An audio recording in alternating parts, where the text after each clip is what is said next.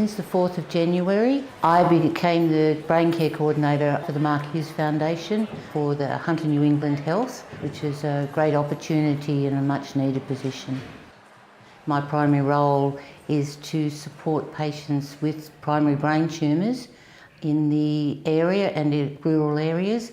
The position is funded by the Hughes Foundation for 3 years, and with their knowledge, and they've been through this situation themselves, they wanted to open up to other brain tumour sufferers that there's someone out there to support, and that is my primary role. Always been neurosurgery, it's always been my passion. Neurosurgical patients and the problems their disease can have on them. Sometimes they feel as though they're given an idea of what's happened, and then they go away and they are just floundering. They don't understand, they have so many questions, but then they don't have an appointment for weeks on end. And I suppose the biggest thing is I'm a conduit for them, someone to answer those questions, someone, and I find with the phone calls or emails, and it's for the families and for the carers. So I think the biggest thing is a conduit to the journey they're about to travel on. Lovely Ben Shelby, not long married, world at your feet, and you get struck down by this disease, which they've put a very valiant effort up, and they are fighting a big battle. But they have embraced it as well as a couple. They are trying to keep active. They have a good understanding of what's going on. What can I say? They're just a lovely couple, as I said, who have lost his income. You have to look at life as embracing it for today. If you're looking at an average young couple who are newly married, you're thinking about your home, your plans for the future. All of that has to change. So that's what Ben and Shelby are. They're just going on a big journey together, but they're doing everything they can, and they are doing it with, it changes your focus on importance.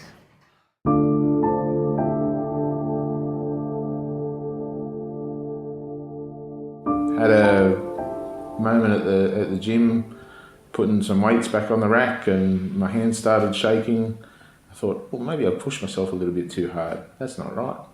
So I took a moment, and then I thought, I'll just go home. I'll get home and I'll call an ambulance. Something's just not right, you know. Next thing, I was in the back of the ambulance on the way up here to the John Hunter, and I do remember having a seizure, quite powerful one, which was very scary. I remember Shelby was next to me, and I looked at her and thought that was it. I thought when Benny had the seizure, I think I just thought that was it. It's quite a scary thing to witness. Sorry, I just get upset talking. The first thing I remember when I woke up, they said, you know, we've done a CAT scan and we found a mass in your brain. And they said, you know, we're going to have to do some surgery. And we went into the next meeting just thinking everything was going to be fine, and they've taken out the tumour, so not knowing what was coming. And I think it was quite scary when we went into that next meeting and found out exactly what type of tumour it was. Yeah. Which is what? The grade 4 glioblastoma, which doesn't have good survival rates. So. Yeah. So you've tackled this like head on, big time. Well, there's no other way to, you know, I'm not going to change who I am because of what's happened to me. If I can still do something, I'm gonna do my darndest just to stay me, you know. You're stubborn. Yeah. Jane has just been, I don't have the words to explain how awesome it has been to have Jane there for us. Such a shining light, you know, like a lighthouse in a storm sort of thing, to, you know, somewhere where we can go if we've got any questions, because neither of us have got family up here. We know we can reach out to Jane. We know we can reach out at any time. If we're scared about anything. It's just the little things you take for granted, I guess. You don't appreciate, you know, how much you've got until you can't do it anymore.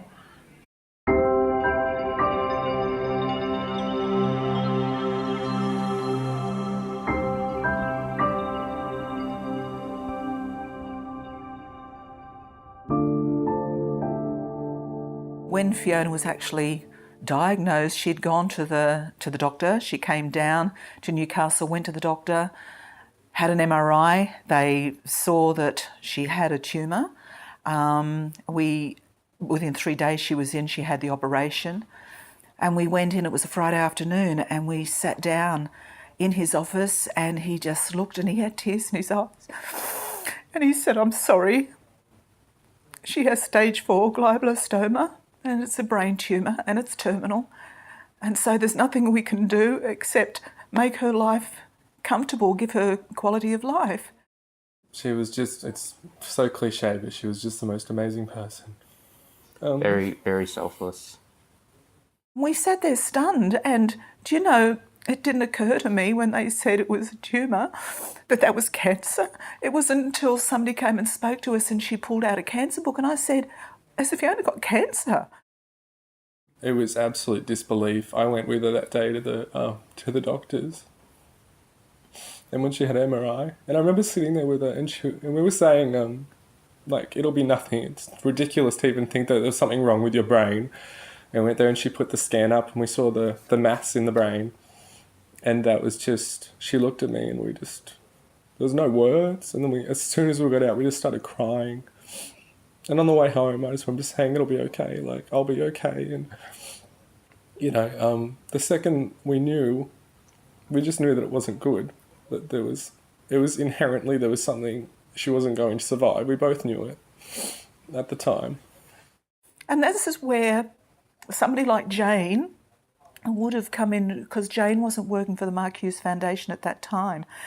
And had she been there, had she been able to explain to us what was going on, it might have made it a little bit easier to handle. But this was a Friday afternoon, and we came home just in shock and say, why? What's happened? What is this? You've got cancer? I thought he said it was a brain tumour. See, that's where people don't understand. If you've never lived it, if it's never been explained to you, you have no idea what it is that you've got. 3 days after diagnosis, which was my 25th birthday, she was operated on to have the tumour removed. And it seems surreal, very... I can't find the words, I'm sorry. I remember still saying, "How long has she got?" And it still didn't occur to me, "Hey, this is cancer. This is a brain tumour. What's the difference?" And I remember the doctor saying, "Don't look at statistics. Don't go home and look at statistics. Just try and live your life as best you can." So we didn't. We didn't want to look at statistics. Fiona said, "I'm not a statistic, Mum. This is my fight, and I'll fight it the best way I can, and we will beat this." I was just proud of her accomplishments. She did so much in life. She's just such a fighter, and we didn't know till the end how much of a fighter she was. She used to say, I could be one of those people that would just lay in bed all day and accept my fate and not try. But, she aimed to look at the positive side, and every time she had radiotherapy, she would think about what it was, it was attacking it and it was taking it down, and she was taking her body back, and she treated it as an imposter, and just very positive, just ridiculous. Like, she was one carrying the family through pretty much. When we found out it was spreading, she was the one, we all cried, and she all said, "Come on guys, like, it's not over yet." And she fought so hard. She fought so hard for the 15 months. And she was such a brave woman. And it's just so sad that this has to happen to good people. But the Mark Hughes Foundation is hopefully going to be able to help find a cure for people like Fiona and people out there who are still being diagnosed every day. They say it's a rare disease. It is not a rare disease. Every second person you speak to knows of somebody who's got a brain tumour, knows of somebody, a friend of a friend who's got it. It's huge out there around the world. So we need the Mark Hughes Foundation. We need people like this to raise awareness, plus raise money for research to find a cure for this horrible disease that takes all your dignity away from you and your life.